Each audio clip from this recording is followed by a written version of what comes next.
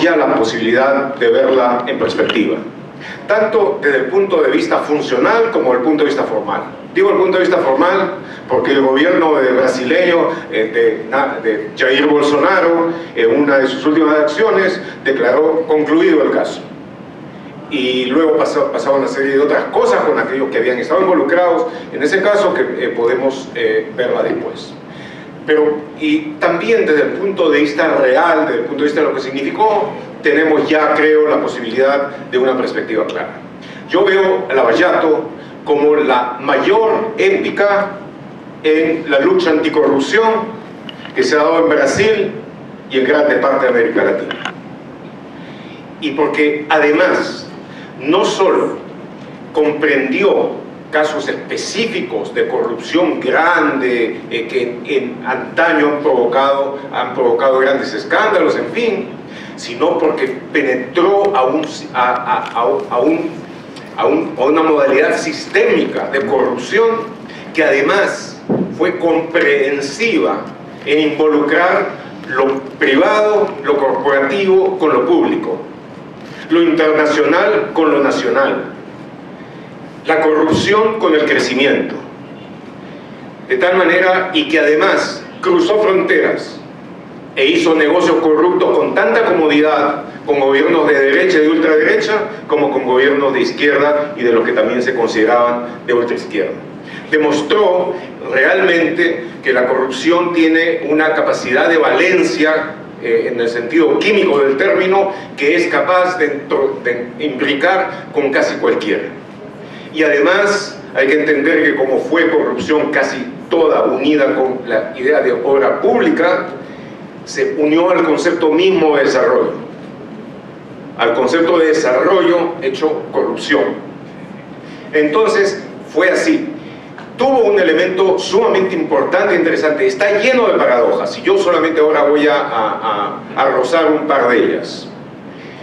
Fue posible hacerse en el Brasil, sobre esto Guilherme obviamente podrá hablar con mucha mayor propiedad, gracias a un conjunto de reformas legales profundas que se llevó a cabo, y hay que decirlo, sobre todo durante el régimen de Lula, y que hizo posible que el país que había pasado por el escándalo de corrupción de Fernando Collor de Mello, no les pido a los jóvenes que sepan esto, pero fue un escándalo muy grande de corrupción en su momento en Brasil, y que donde parecía de que la impunidad era la regla general en el caso, de que salieron casos como Castelo de Arreia, Mensalao, finalmente Lava-Jato y otros más. Que se creara una policía muy tecnificada, capaz, la Policía Federal, un grupo de procuradores, de fiscales que estuvieron en condiciones de llevar a cabo investigaciones sofisticadas, profundas, que involucraban lavado de dinero y que lograron resultados sin precedentes. Eso, dada la naturaleza internacional de las compañías que investigaron, el cartel de empresas brasileñas, hablamos de Odebrecht, pero fueron muchos más, Camargo Correa, Andrade Gutiérrez, Queiroz Galbao y varias otras, de que ese cartel de empresas brasileñas que agresivamente salió a conquistar mercados, lo hiciera con una metodología de corrupción que se dio básicamente en todos los sitios y con socios locales, en virtualmente todos los casos, con socios locales y con corruptos políticos y no solamente políticos, sino también profesionales de la abogacía, del periodismo por supuesto, y de varios otros lados más. Fue el mayor caso de corrupción y empezó a ser descubierto y pudo ser descubierto gracias a que se emplearon nuevos métodos de investigación que ya se habían puesto en marcha en Brasil y a lo que se añadió, sobre todo, tanto en Brasil pero sobre todo fuera de Brasil, la acción del periodismo investigativo, que fuera de Brasil fue determinante en el avance que tuvo y en el avance que se logró. Entonces, fue un caso que se avanzó muchísimo y que en determinado momento permitió que incluso personas con larga experiencia en la lucha y que inevitablemente habían sufrido algún grado de encallecimiento en cuanto a las perspectivas de ver progreso real, pensáramos, porque me incluyo entre ellos, que se había llegado a un avance cualitativo que no iba a ser revertido y de que existía realmente la posibilidad de que pudiéramos lograr en un plazo temprano sociedades mucho más limpias, mucho más íntegras, como había sucedido en algunas otras, no demasiadas, pero sí en algunas otras naciones de la Tierra en su momento. De que eso permitiera finalmente tener instituciones honestas, que eso finalmente permitiera que la sociedad civil participara, que eso le quitara la lacra de la corrupción al sistema democrático y todo eso. Y luego el pantano reafloró. El pantano, con la extraordinaria capacidad de supervivencia que tiene, una capacidad de supervivencia que envidiarían las cucarachas, retornó, volvió, reafloró. Y tanto los propios vicios de la investigación de Lavallato, los propios vicios de quienes lo cometieron, aquel tipo de vicios que los dioses nunca dejan de castigar y que desgraciadamente repitieron vicios que se habían dado en otras memorables luchas anteriores, como los Manipulite, por ejemplo, hicieron de que se diera un retroceso muy grande en esto, y además hubo toda una contraofensiva después del primer aturdimiento, de que los que salieron a la luz estuvieron groggy y trataron de encontrar su equilibrio. Después de eso hubo una contraofensiva, y una contraofensiva predicada en el descrédito de los fiscales, de los periodistas, de quienes habían hecho todo eso, del método de investigación, donde buena parte de los sinvergüenzas más grandes se pusieron el hábito de Savonarola, y empezó todo un sistema de travestismo y prostitución de la verdad y del lenguaje, y un retorno y una contraofensiva de estos sectores corruptos, que estaba vinculada además con avance de la ultraderecha y con avance de gobiernos autoritarios y crisis en general de la democracia en América Latina, que es lo que estamos viviendo el día de hoy. Primero, ya que se ha hablado antes algo de Watergate, quiero decirles que el periodismo de investigación de estos tiempos tiene muy poco que ver con lo que se hacía con las unidades de Watergate y con las unidades de periodismo de investigación en grandes diarios, con tradición y todo eso. Continúa todavía en algunas, en la mayor parte se acabó. El periodismo de investigación sufrió muchísimo en la crisis de los medios tradicionales. Fue el primer bebé que se tiró por la ventana para tratar de disminuir los costos en el momento en que empezó la crisis de los medios tradicionales. La buena parte de los periodistas de investigación migró y encontró en el camino la posibilidad de hacer publicaciones pequeñas, la mayor parte de ellas sin fines de lucro, algunas con fines de lucro pero no lograban lucro, se lo trató de hacer así de a pocos, pequeñas unidades, que la mayor parte del tiempo trataban de pasar consiguiendo fondos de un grupo extremadamente pequeño de donantes filantrópicos que miraban casi por lo general con sospecha el destino de estos fondos. Y así empezó en la ex Unión Soviética, en el ex bloque socialista, en todos esos lados. Y hay que decir, porque como ahora se lo ataca tantísimo, de que una fuerza muy importante en ese aspecto fue el Open Society Foundations, que hizo un tremendo esfuerzo por ayudar a la transición a la democracia en esas zonas, y fue una de las pocas fuentes de financiación que hubo en aquella época. Bueno, con el tiempo, debo decir, estos grupos que al comienzo podían hacer muy poco porque no tenían recursos, no tenían ningún, y algunos, nosotros, los periodistas viejos, soñábamos con aquellos tiempos en que veíamos a los grandes corresponsales que llegaban de los grandes diarios para poder cubrir sus virreinatos en América Latina y en otros lados, con unas cuentas de gastos absolutamente espectaculares, a comparar si el pisco sour del Hotel Bolívar seguía siendo tan bueno como la vez pasada, etcétera, etcétera, ¿no es cierto? Esa era la vida que algunos de nosotros soñábamos íbamos a poder tener, y eventualmente la vida que teníamos nosotros era la de hacer las diminutas aritméticas de llegar al fin de mes. Y con eso se trataba de hacer periodismo de investigación. Pero empezó, y quiero decirlo esto porque puede contribuir, alguno de ustedes puede tener la idea descabellada de convertirse en periodista de investigación, pero esto eventualmente empezó a hacer una cosa en que estas células, estos grupos, como sucede en la biología, empezaron a buscarse entre sí. Y empezaron los primeros consorcios de periodismo de investigación. Hacia fines del siglo XX fueron los primeros, y empezaron luego a tener la idea de hacer investigaciones conjuntas. Eso empezó al comienzo. María Teresa participó, me parece, en la primera sobre contrabando de tabaco, y luego se fue haciendo más grande, hasta que de repente terminó que estos consorcios llevaron a cabo investigaciones mucho más grandes que cualquiera que se haya hecho en historia anterior, y estaban muy por encima de las capacidades de cualquier medio de los tradicionales. Tanto así que cuando Le Monde recibió ciertos documentos, se los pasó al Consorcio Internacional de Investigación. Cuando Süddeutsche Zeitung recibió también otra gran cantidad de documentos, igualito, hizo lo mismo. Y ya no eran 4 o 5, sino 150, 200 personas difíciles, pero muy motivadas, que se dedicaban a investigar cada uno en sus países, y salieron los Panama Papers, y salieron los Paradise Papers, y salió todas esas investigaciones que realmente tuvieron un potencial tremendo, y que ahora indica claramente cómo es eso. Eso no era lo tradicional. Nosotros, los periodistas tradicionales, vivíamos para la primicia y competíamos de una manera que el personaje de Scoop de la novela Berlinguer hubiera eventualmente envidiado, porque obviamente tratábamos siempre de lograrlo, pero aprendimos a cooperar.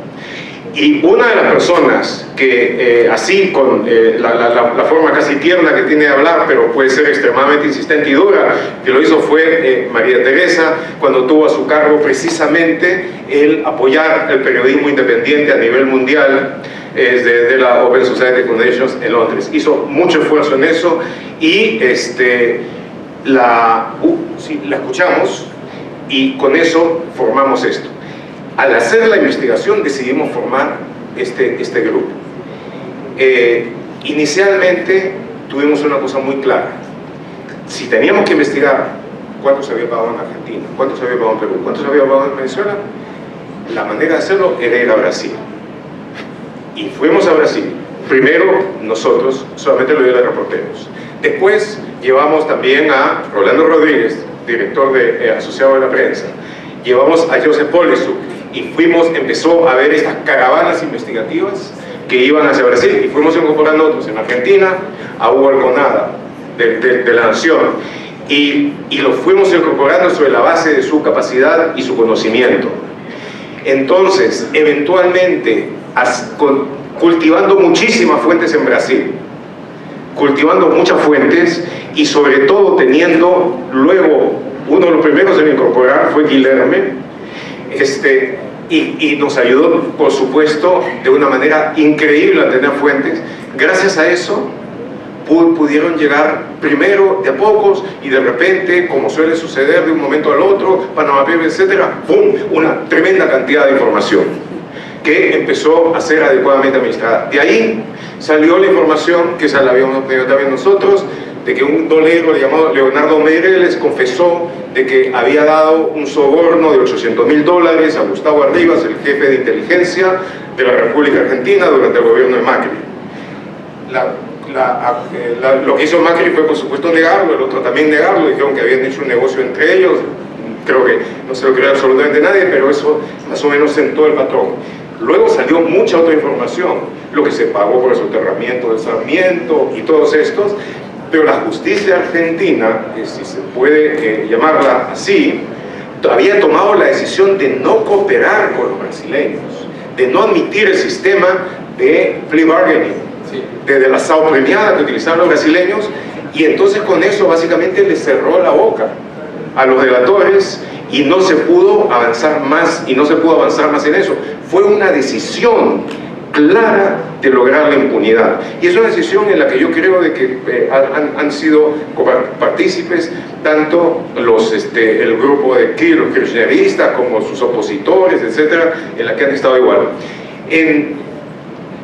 Pero nosotros recibimos información, por ejemplo, que llegó acá a México, y que nuestros colegas de Quinto Elemento la hicieron extraordinariamente bien sobre Lozoya.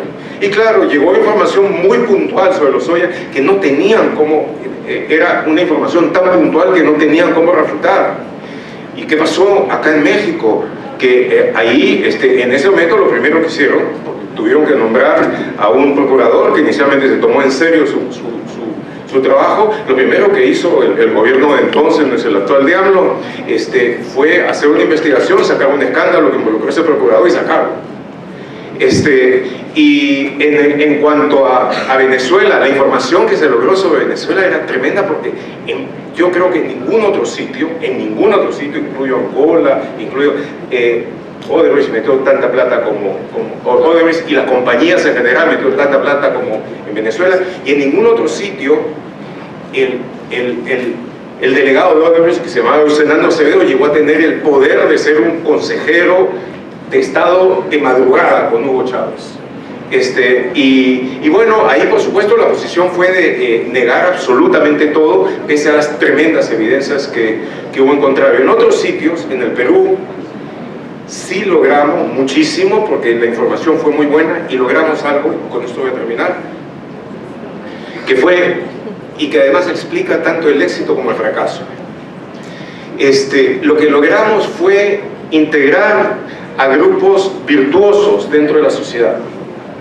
Pero en esos grupos virtuosos con los que trabajamos, por ejemplo, con los fiscales, a quienes, obviamente, buena parte de la información que nosotros conseguimos fue aquella cosa que les permitió avanzar inicialmente. Aquellos que fueron nombrados eran una minoría dentro de sus instituciones, y solamente el hecho de que tenían una gran fuerza de voluntad les permitió avanzar como avanzaron. Y lo mismo en otro lado, pero esa combinación que hubo, esa especie de coalición virtuosa entre fiscales totalmente dedicados, algunos jueces buenos, el periodismo de investigación que en forma incesante daba, la cooperación internacional que permitía tener datos muy fuertes, es lo que permitió esos avances espectaculares, que hay que decirlo, avanzaron muchísimo, pero tuvieron la debilidad de que estaban manejados por muy poca gente, y que eventualmente, cuando la cosa se quitó, la conmoción cesó, hizo posible de que empezara toda la reacción que ahora comprende a toda América Latina. En América Latina creo que hemos tenido dos casos importantes de lucha anticorrupción en este tiempo. Uno, Lava Jato. Dos, la CICIG en Guatemala. Son dos modelos totalmente diferentes. La parapolítica en Colombia. Pero yo diría de que lo de la CICIG, que logró avances espectaculares contra la corrupción, también ha tenido ahora un retroceso total, con el Estado dedicado a perseguir a aquellos que estuvieron luchando contra la corrupción y todo eso. Y ello, en buena medida, porque estaba hecha por un grupo muy pequeño de gente, muy decidida, pero finalmente muy pequeña, y que si no tiene un apoyo social en la sociedad no llega. Muchas gracias. Soy un participante de la marcha de los 4 suyos. Estuve allí, en esos momentos críticos para el Perú. ¿Qué pasó con el Cholo Toledo? ¿Qué pasó con el Cholo Toledo, por favor? Dímelo. Robó, se metió con Lava Jato a fondo. El monto de las coimas que aparentemente llegó a cobrar fue de alrededor de 30 millones de dólares. Traicionó completamente aquello por lo que había luchado. Ahora lucha porque no lo extraditen. Ojalá que pierda esa lucha. Pero tú estabas allí en la marcha con él, con Toledo. Estuve, luché por la democracia, junto con cientos de miles de peruanos. Con cientos de miles de peruanos, sí. Pero yo estaba allí, gaseado. A mí me gasearon la policía peruana porque queríamos llegar al Palacio de Gobierno, donde estaba Fujimori. ¿Es verdad? Bueno, yo no sé, es que no gasearon solo a colombianos, gasearon a todos los peruanos que estuvieron en el camino. No, pero me tocó a mí, te lo juro que me tocó a mí poner la cara.